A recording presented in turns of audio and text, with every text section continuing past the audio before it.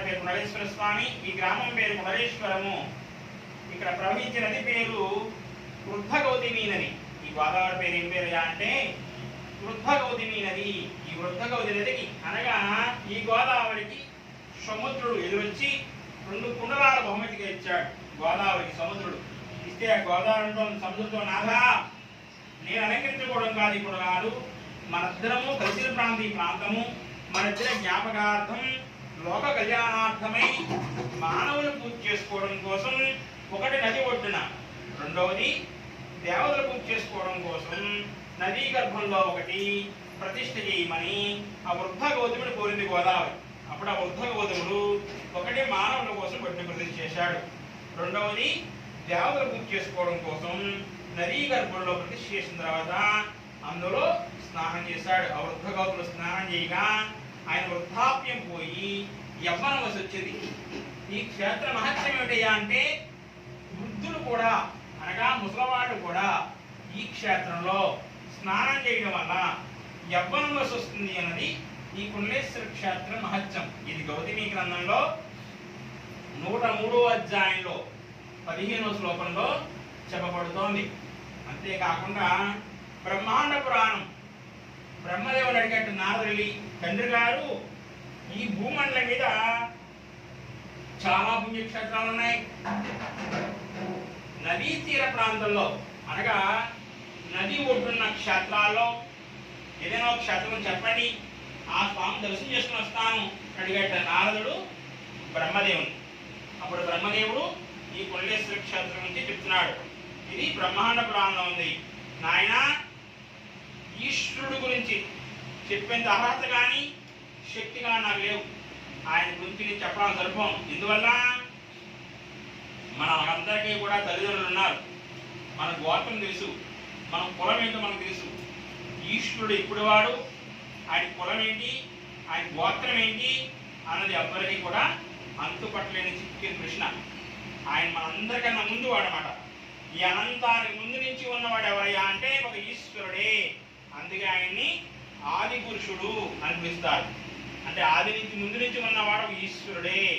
ఆయన గురించి చెప్పడం సరిపోం. ఈ పరిపాలన విధానం చేయడం కోసమని మనందరూ సృష్టించాడు ఆయనే. నన్ను, విష్ణుమూర్తిని, పరివార దేవతని, అష్టదిగ్బాలకుని, పరివార నవగ్రహాల్ని, పంచభూతాల్ని, ఈ భూమండలాన్ని అందరూ సృష్టించినవయ్యా అంటే ఒక ఈశ్వరుడే. ఆయన ముందు చెప్పడం సరిపోం. నా కళ్ళ ముందు జరిగిన విషయాన్ని చెప్పగలుగుతాను అని చెప్తున్నాడు. ఈ కుణలేశ్వర క్షేత్రం చెప్తున్నాడు. ఆయన కళ్ళ ముందు జరిగిన విషయం ఇది అంటున్నాడు. అనంతం కుండలాపనం. ఈ కుణలేశ్వర క్షేత్రంలో స్నానం చేసి స్వామివారిని కనుక దర్శనం చేసుకుంటే అనంతమైన ఫలితం వస్తుంది. అనగా అంత ఎంత అని వర్ణించలేము, కోటి కోట్ల ఫలితం వస్తుంది అని చెప్పాడు. అప్పుడు నారద మహర్షి ఈ కుణలేశ్వర క్షేత్రంలో స్నానం చేసినప్పుడు నదిలో ఒక గుడి కనపడదు. ఆయనకి నదీ గర్భంలో గుడి ఉంది అని పురాణం. ఎవరో చూసిన దాఖలు లేవు.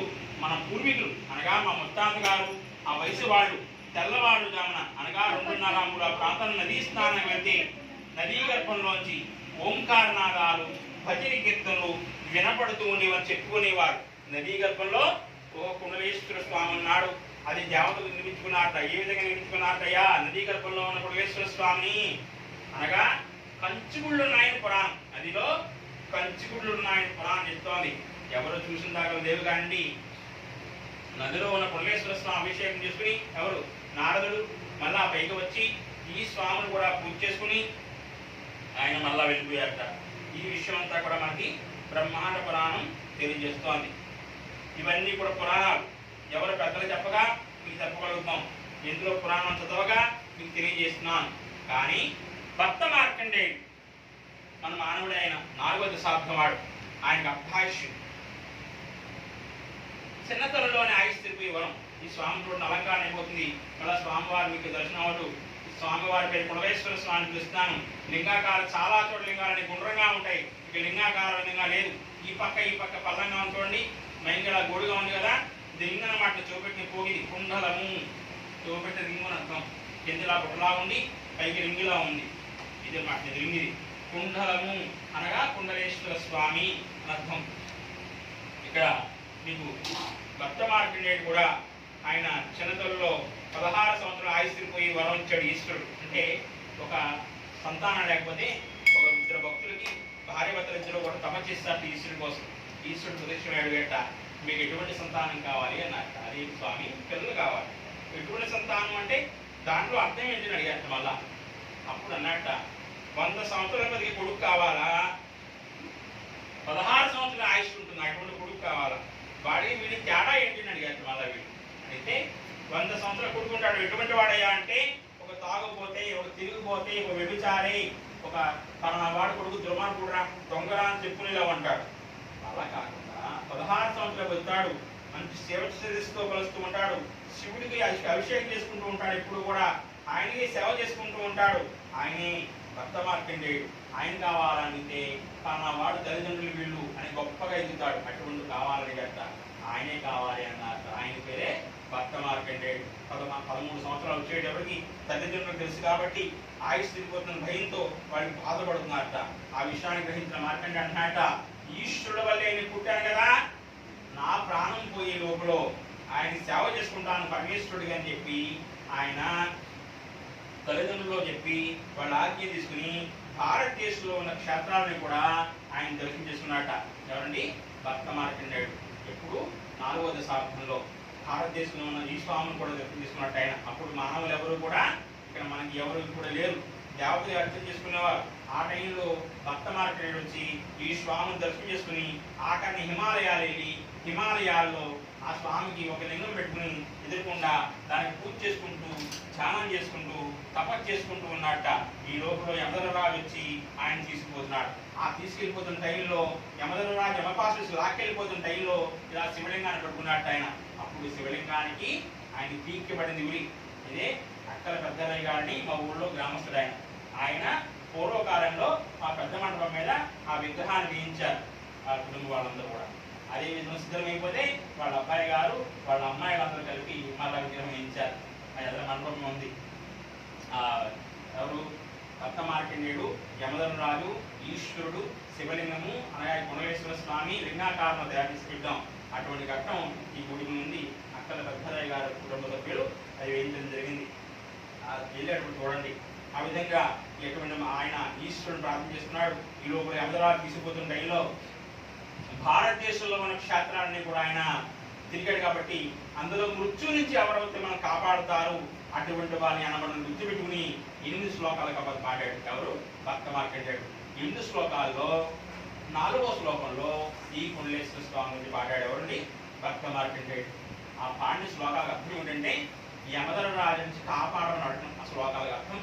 అందులో 4వ శ్లోకంలో ఈ కుండలేశ్వర స్వామి గురించి కుండలీకృత కుండలేశ్వర కుండలం వృషవాహనం అనగా కుండలాకారంలో ఉన్న ఓ కుండలేశ్వర స్వామి వృషవాహనుడవై నంది వాహనుడవై ఈ ప్రాంతంలో ఉన్నావయ్యా. నారదాదిమునీశ్వర స్తుత వైభవం భువనేశ్వరం. ఈ ప్రాంతానికి ఇందాక చెప్పుకున్నాము నారదుడు వచ్చాడు అని. ఈ మాట్లాడినాడు నారదాది మునీశ్వరుడు. నారదుడు ఆయనతో పాటు అనేక మంది ఋషులు కూడా వచ్చి ఇక్కడ స్నానం చేసి నేను పూజ చేసుకున్నారు. భువనేశ్వరం పుణ్యమైన క్షేత్రం ఇది. ఈ మధ్యకాలంలో బ్రహ్మశ్రీ చాకట కోటేశ్వరరావు కూడా ఈ క్షేత్రం చెప్తున్నారు. ఆయన కాశీ వెళ్ళారండి. ఎప్పుడండి? ఒక 5-6 సంవత్సరాల క్రితం అన్నమాట. కాశీ వెళ్తే కాశీలో ఒక వృద్ధ వేదపడిన అన్నట్ట కోటేశ్వరరావు గారు. మీరు కాశీ వచ్చి ముందు కనుక కుండలేశ్వర క్షేత్రంలో స్నానం చేయించారా అడిగట. అదేమిటయ్యా? కాశీ అనేది మహత్తర శక్తి కలది. శివక్షేత్రాల్లో మొట్టమొదటి క్షేత్రం ఉంది అంటే అది కాశీ. ఆ క్షేత్రానికి వచ్చి ముందు కుండలేశ్వర క్షేత్రంలో స్నానం చేయడం పని ఉంది, అది ఎక్కడుంది అన్నట్ట. ఆయన నవ్వినట్ట వేదపడుతులు. ఇన్ని పురాణాలు చెప్తున్నారు మీరు. కుండలేశ్వర క్షేత్రంలో స్నానం చేస్తే గాని కాశీ రాకూడదన్న విషయం మీకు తెలియదా అన్నట్ట. అలా ఎందుకన్నాడా నిర్ఘాంతిపోయి అప్పుడు కాశీ పురాణం అంతా తిరిగేసి ఆయన 2-3 చోట్ల ప్రవచనాల్లో చెప్పడం జరిగింది. ఏమంటే కాశీ వెళ్ళి వాళ్ళందరూ కూడా ముందుగా కుండలేశ్వర క్షేత్రంలో స్నానం చేసి వెళ్ళండి అనే విషయం చెప్పాడు. అసలు విషయం ఏమిటయ్యా అంటే కాశీలో ఉండే గంగాదేవి రూపం అండి హంస రూపం అండి, తెల్లటి రూపం అండి రూపం. అక్కడ ప్రతి రోజు కూడా వేలాది మంది స్నానం చేస్తారు. అక్కడ ప్రతిరోజు కూడా వేలాది మంది స్నానం చేస్తారు. ఆ స్నానం చేయడం వల్ల అంటే ఒకసారిలా మునిగి లేవగానే వాళ్ళ పాపాలను కూడా కడిగేసినట్టుగా అయిపోయి ముచ్చుల్లా బయట అంటారు. అంటే పాపాలని ఇక్కడ గంగాదేవిలో వదిలేస్తున్నారు. ఈ పాపాలని కూడా గంగాదేవి అంటుకుని ఆవిడ రూపం హంస రూపం వల్ల నల్లగా అయిపోతుందండి. అనగా కాకి రూపం తెలుస్తుంటారు. ఆ కాకి రూపం పోవడం కోసం ఎవరు కాశీలో ఉండే గంగాదేవి కాకి రూపంలో వచ్చి ఈ కుల్లేశ్వర క్షేత్రంలో స్నానం చేసి మర్నాడు మళ్ళా హంస రూపం వలె ఉద్భవిస్తుంది. ఎక్కడి కాశీలో ఉండే గంగాదేవి కాకి రూపంలో వచ్చి స్నానం చేసి మర్నాడు హంస రూపం వలె ఉద్భవిస్తుంది అని కాశీపురాన్ని చెప్తోంది. ఈ క్షేత్రం నుంచి అంత అద్భుతమైన క్షేత్రం కుల్లేశ్వర క్షేత్రం. ఆ విషయాన్ని కోటేశ్వరరావు గారు ఏం చెప్తున్నారంటే, యోగులు అఘోరాలు లాంటి వాళ్ళు కూడా ముందుగా కుల్లేశ్వర క్షేత్రంలో స్నానం చేసే కానీ కాశీ వెళ్ళారు అనే విషయాన్ని చెప్తూ, కాశీ వెళ్ళే వాళ్ళందరూ కూడా ముందుగా కుల్లేశ్వర క్షేత్రంలో స్నానం చేసి వెళ్ళండి అనే విషయాన్ని ఆయన చెప్పడం జరిగింది. ఆ విషయాన్ని కోటేశ్వరరావు చెప్పిన తర్వాత చాలా మంది కాశీ వెళ్ళే వాళ్ళందరూ వచ్చి ఈ కుల్లేశ్వర క్షేత్రంలో స్నానం చేసి వెళ్తున్నారు. అంతేకాకుండా ఈ శ్లోకంలో ఒక 2 లైన్లకి అర్థం చెప్పాను. ఆ 2వ లైన్లో అన్నాడు, ఎవరు నారదుడు అన్నాడు. నారదుడు వచ్చాడు చెప్పాను మొదలకి మాట్లాడినాడు. నారదాది ఋషులు, నారదుడు ఆయనతో పాటు అనేక మంది ఋషులు కూడా వచ్చి ఇక్కడ స్నానం చేసి నిన్ను పూజ చేసుకున్నారు. గుణేశ్వరం పుణ్యమైన క్షేత్రది. అంధకాంతకమాశ్రితాముడు, అంధకాంతుడని రాక్షుడు ఒకనొక టైంలో శివభక్తి మందిని చెప్పేస్తుంటే, ఓ కుడలేశ్వర, నువ్వు గతంలో అంధకాంతుడని రాక్షసు సంహరించావు. ఎందువల్ల? నీ భక్తులను కాపాడుకోవడం కోసం. మరి నీవు నీ భక్తిని కదయ్యా, నన్ను యమధర్మరాజు అనేవాడు తీసుకుపోతున్నాడు, ఆయన నుంచి కాపాడవయ్యా అని వచ్చాడు. ఎవరండి? భర్త మార్కండేయుడు. చంద్రశేఖరనాశ్రయే మమ, నన్ను కింకిరిష్మతి, యమధర్మరాజు నుంచి ష్మతి, ఆయన్ని కాపాడవయ్యా ఓ కుండలేశ్వర అని శ్లోకానికి అర్థం రండి. అంతేకాదండి, ఇంకా బ్రహ్మాండ పురాణం చెప్తోంది ఈ క్షేత్రం నుంచి. స్నానార్థ దర్శన, స్నానం చేసి స్వామివారిని దర్శనం చేసుకున్నా, స్నానాలు దానాలు, స్నానం చేసి ఏదైనా దానం చేసినా, స్పర్శనార్థ దర్శనాలు, కనీసం గోదావరి చల్లుకుని స్వామివారిని దర్శనం చేసుకున్నా 1,000,000 యజ్ఞ పుణ్యపలేదు. 1,000,000 యజ్ఞాలు చేస్తే ఎంత ఫలితం వస్తుందో, అనగా 10,000 గోవులు ఒకేసారి దానం చేస్తే ఎంత ఫలితం వస్తుందో, ఈ కుల్లేశ్వర క్షేత్రంలో స్నానదానం వల్ల కానీ, పిండ ప్రదానం పెట్టడం వల్ల కానీ, దహన కార్యక్రమాలు ఇక్కడ ఎవరైనా చనిపోతే దహనం చేయడం వల్ల కానీ, క్షేత్రంలో కాశీలో దహనం చేస్తే ఎంత ఫలితం వస్తుందో, ఈ కుల్లేశ్వర క్షేత్రంలో కూడా దహనం చేస్తే ఎంత ఫలితం వస్తుంది. కాశీలో అస్థికలు కలిపితే ఎంత ఫలితం వస్తుందో, ఈ క్షేత్రంలో అస్థికలు కలిపినదే ఫలితం వస్తుంది.